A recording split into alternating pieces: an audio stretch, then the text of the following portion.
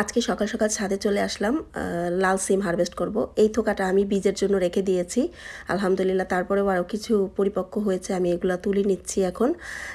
এই লাল সিমটা আমি যেটা দেখলাম সেটা হচ্ছে যে মানে একদম যে প্রচুর পরিমাণে হয় তেমন না, কেরালা সিমের মতো একদম প্রচুর পরিমাণে ধরে নিচ থেকে ধরে তেমন না, তবে একদম খারাপও হয় না, যা হচ্ছে সেটাই আলহামদুলিল্লাহ। হ্যাঁ, সবচেয়ে বড় ব্যাপার হচ্ছে যে এই সিমটা দেখতে এত মানে দৃষ্টিনন্দন, মানে খাওয়ার চাইতে এই জিনিসটা দেখতেই ভালো লাগে। আর যখন এই সিমটা আমি আমার নিজ বাগানে করে নিজে হাতে তুলছি, আমার যে কি খুশি লাগতেছে, কি আনন্দ যে লাগতেছে সেটা আসলে বলে বোঝানোর মতো না। তো আমি ইনশাল্লাহ সামনের বার আবার করব এবং বেশি করে করব, এই জন্য আমি বীজ রেখে দিচ্ছি।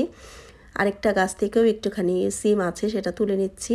গাছগুলো সবগুলোই আস্তে আস্তে দুর্বল হয়ে যাচ্ছে, এখন এদের বিদায়ের পালা। তারপরও বিদায়ের সময় এরা কিন্তু দিয়ে যাচ্ছে আলহামদুলিল্লাহ। তো এইটাই হচ্ছে কথা, যে প্রকৃতি আপনাকে কখনোই নিরাশ করবে না। আপনি একটু যত্ন করেন, একটু খেয়াল করেন, দেখবেন যে আপনার কিছু না কিছু আপনারা রিটার্ন পাবেনই। তো আমি সবাইকে রিকোয়েস্ট করব বাগান করেন, পরিবেশ বাঁচান।